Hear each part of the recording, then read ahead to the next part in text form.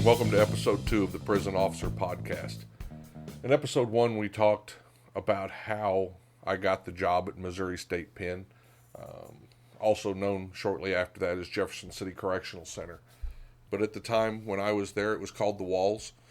Missouri State Pen is the oldest penitentiary west of the Mississippi. 1838 was when it was originally built. It was quite a place to start at. At the time, it was known as the bloodiest 47 acres in America, and I don't doubt that. I saw a lot of violence when I was there. It's hard to describe what I saw there. I try to rationalize that my inexperience and naivety was the main reason that this place was such a shock to my psyche, my perceptions, and my life. I still have images of what occurred there, during that time when I was working. And now they almost seem like a memory of a horror movie and not the day-to-day work of a correctional officer. I saw murder there. I saw rape. I saw violence at a level most people will never experience unless you've worked in one of those places. In spite of that, I love the adrenaline, camaraderie, and the danger of the job. There was staff assaults on a regular basis, and I'm not talking regular like monthly. I'm talking regular like daily or a couple of times a week. I saw brutal stabbings while I was there, not what I saw later in my career where, one inmate would come up and, stick somebody with a piece of wire a few times to get their point. I saw shanks and blades made there that were made to kill, and people were out to kill each other. It was a hell of a place to start, but you learned a lot. You hit the ground running. I think I saw my first true stabbing third day in. I had never seen anything like that. I didn't realize how much blood a human body had in it. And then you come up on that, and everything that you think you know from watching TV or watching movies is just thrown to the wind. That was where I started in corrections. I'm glad I did. You learned a lot of the basic correctional techniques very quickly, very early on. Basic stuff like communication. If you couldn't communicate there, you were in real trouble. Stuff like always watching an inmate's hands, always having your back to the wall. It was a time that it was very real that assault could happen to you. And I don't think my wife at the time even understands how close I was to violence, to having violence against myself. I also think that was where it's where some of my negativity started. I don't believe up until that point I understood what evil was. I saw true evil inside Missouri State Pen. And I think the most frightening part of that is that true evil is not disguised with a hockey mask. True evil looks like your neighbor, the clerk at Walmart, maybe even one of your family members. True evil smiles and it enjoys what it creates, which is fear and doubt and suspicion. I saw humans preying on humans. Inmates who used power over other humans. I had not witnessed any of that before. They wield that power against the weak-minded in an effort to control and an effort to gain power for their self or their gang or their group, whatever. So that was probably one of the hardest parts of going to work in the prison and going to work in a prison with that level of violence. At that time, what my wife did know was that, that I had nightmares at that time. And most of them were nightmares where I woke up in the middle of the night and I was dreaming that I was trapped in the corner on the yard and I'm yelling at the tower to shoot because the inmates have got me trapped in a corner. Some very restless nights, some waking up and not being able to go back to sleep. She did see some of that. And that's where a lot of that came from. I was there for a couple of years, and to contrast that, my next position, I transferred to Ozark Correctional Center in Fordland, Missouri. Now, Fordland was a work camp. Probably a third of the inmates every day went outside the fence, worked on work crews, worked at companies. Some companies came and picked them up. Life was easier. I don't remember any. I know there weren't any major assaults on staff. Sometimes they fought, but it wasn't at the same level as it was at the penitentiary. There wasn't as much mandatory overtime, and for the most part, people spoke pleasantly to each other. That was the first place I was selected for a leadership position. I was actually selected as the team leader for the canine unit down there, which was a bloodhound unit. There were 3 tracking dogs and 4 canine handlers. Ozark Correctional Center was very respected in the area for the work that they did with the canines. The cool part of working with that bloodhound team and being part of that canine unit was the fact that we got to do good. And it's the only time in my career where I got to do that public service, really, that I went into it for, that I went into corrections thinking I would be a part of. Because we did get to go out for lost people, call-outs, walkaways from nursing homes or children. We did a lot of searches with those canines. We had some success. And, of course, we went out on escaped inmates or we helped local law enforcement with solving some of their crimes by being able to show them where the bad guy walked, maybe where he got into the building or where he left the building. So it was a very good time. I got to help the community a lot during that time. I have pictures of us in parades, my canine unit. There were many kids who would come to those parades, and they knew the names of the dogs. They'd come to see Major, come to see Daisy, and it was a great time to be a public servant. So that was what I took away from Ozark Correctional Center at that time. Even then, I was trying to get away from corrections. I didn't want to be a correctional officer. That was at no point in my growing up did I ever think about working in an environment, and I knew that environment was affecting me. The environment was becoming part of me, and it was changing me. So even early on, I knew that. There's a quote out there from Frederick Nietzsche. He writes, "He who fights with monsters should look to it that he himself does not become a monster. And when you gaze long into the abyss gazes also into you." And I've read that over the years, and there's a lot of truth to that. You cannot walk in those prisons. You cannot see that level of violence. You cannot be a part working in a prison and not have that violence, that filth affect you after a while. So as I was still trying to get away from corrections, I'd applied for Joplin Police Department. I'd applied for the Springfield, Missouri Police Department. I applied for the Springfield, Missouri Fire Department 11 times. Of course, that's where my father worked. I attended classes and earned my EMTA certificate so I could get on the fire department. I didn't know where I wanted to be. I just knew that I did not want to be in corrections. I didn't want to be a prison guard. And at the time, prison guard, that's what I was actually hired as at Missouri State Penn. They were just switching over to calling us officers. But at that time, many of the forms that I used still referred to us as guards. I worked at Ozark Correctional Center for about 6 years, and during that time, the Major Young, had got me interested and pushed me a little bit to apply for the federal system. He understood that the federal system had a great retirement and some great benefits, including pay, that was well above what the state was paying. Knew I had a young family, pushed me pretty hard to go put in for a job with the federal system, which I did.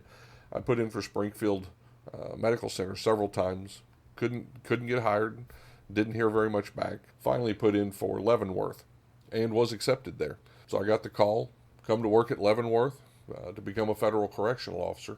That moved pretty quickly. With that came the return to a penitentiary, because at that time Leavenworth was not a medium. It was still a United States penitentiary with the federal system, and it was a pretty tough one. Here I was. I had left, that violent penitentiary life. I had went and was running a dog team, working in a fairly low security camp where there wasn't much going on. And here I was going back to a penitentiary, and made me nervous. I'd been out of it for a while. I thought that I'd lost some of my skills, knowing what everybody had in their hand when they walked by you. You didn't do that as much at the camp. But once I walked into Leavenworth, it all immediately came back. I knew who was around me. I knew where my back was at all times. With the years I had in corrections already, it did put me in a good position to make a good impression as a rookie, and I think I excelled and was looked upon as a good rookie. I did know enough to keep my mouth shut and my head down. I didn't walk in thinking that or trying to convince people that I already knew everything. That's one of the worst things you can do as a rookie, and it's a mistake that we often see. I went to work at Leavenworth. Being there and the history of that place, it's the oldest federal penitentiary, and the inmates and the history that have been there. There's a lot of pride at Leavenworth in the history. So that was the great part of it, was becoming part of that history and being accepted into that community. Believe it or not, once again, I was enjoying that adrenaline. I was enjoying that camaraderie that I had at Missouri State Pen, even though I didn't want to be a correctional officer still. I hadn't got it out of my mind that I wanted out of this job. It worked on my mind a lot, and I could tell that it affected my family. I could tell that it affected me. The adrenaline of running to those body alarms, the adrenaline and the camaraderie of running to them together with people who watched your back and people who cared about you, like nobody else does. I don't say that lightly. I think a lot of us understand that when you work those penitentiaries and you're running and those people are running to help you, or you're at the bottom of that pile, you're fighting for that 15, 20, 30 seconds, minute, while people are running to help you. You've hit your body alarm. There's no feeling, no greater love for another person than what you feel the way we take care of each other. And I truly believe that. I've told when I've taught rookie classes that, when there's a body alarm, if you look in the hallway, you can tell who's been on the bottom of that pile by how they run. There's people that are running and understand what it means to help someone and to get there in that timely manner. And then you've got the ones who kind of jog. And those are the ones that I don't think have ever been on the bottom of that pile, or they would understand what it means to try to get to each other and to take care of each other, and how precious seconds are when you're in some of those fights. So Leavenworth, I was growing into a federal correctional officer, a different system, a different set of rules. Policies were different. I had to tone down some of what I learned at Missouri State Pen and the state of Missouri as a whole. The federal system really does count more on communication than I think we did at the state system, which was very apparent when I got my first uniform working for the federal system. When I started, your uniform was a gray pair of slacks, a white collared shirt, a maroon tie, and then we had this blue blazer. It was not the correctional officer or the law enforcement officer type uniform that I was used to at the state. This looked totally different. We almost looked like we were going to work in a badly dressed business office, but that was about the federal's push to improve communication and not to look so authoritarian. So I learned a ton from the staff at Leavenworth. Many of those staff were career correctional staff at Leavenworth. They didn't move from institution to institution, so there's a lot of knowledge there. There's a lot of old knowledge there, and I tried to learn from those older guys. Those are the ones that I seemed to gravitate towards. I always tried to emulate them. After that, spent 2.5 years at Leavenworth, and then I transferred closer to home to where I had originally applied, which was the Medical Center for Federal Prisoners in Springfield, Missouri. I spent the next 14 years there of my career. Springfield's probably most well known for its mental health unit. Some of the worst mental health in the federal system is housed at Springfield, and it's a whole new way to look at prison and how to deal with inmates. Communication with inmates in a penitentiary in a normal prison is high. Communication with mental health inmates is a whole nother level. The normal communication techniques that you use in a prison don't work in those situations. They don't perceive life, they don't perceive prison the same way everybody else does. They also can become violent without signs. We're used to, when we work in penitentiaries, when we work in other prisons, you see that flash in that inmate's eye just before he gets ready to throw a punch, or just before you're getting ready to, be assaulted. Mental health inmates don't always do that. They can react quickly without cause, and they can react quickly without provocation. It's a whole nother level of inmate to get used to. I spent almost 14 years at Springfield, and wonderful friends, wonderful staff. Enjoyed my time there immensely. With that being said, any of you that have worked a segregation unit, and if you've worked it, several quarters or years, you understand what it is to walk into a seg unit every day, same problems, same inmates, over and over again. You're dealing with the flooding, you're dealing with the banging, you're dealing with the noise, you're dealing with the constant verbal assault, you're dealing with the stench of a segregation unit, you're dealing with normally the worst of the inmates, who are one of two things: either locked up because they can't control themselves, or locked up because they're checked in from the other inmates. And a lot of times those are the worst. Those are the most needy inmates in the institution. And that constant neediness, that constant barrage, that constant assault that you get in those units, it's the same way in a mental health unit. I worked a lot of time in the mental health unit while I was at Springfield. And it does get to you.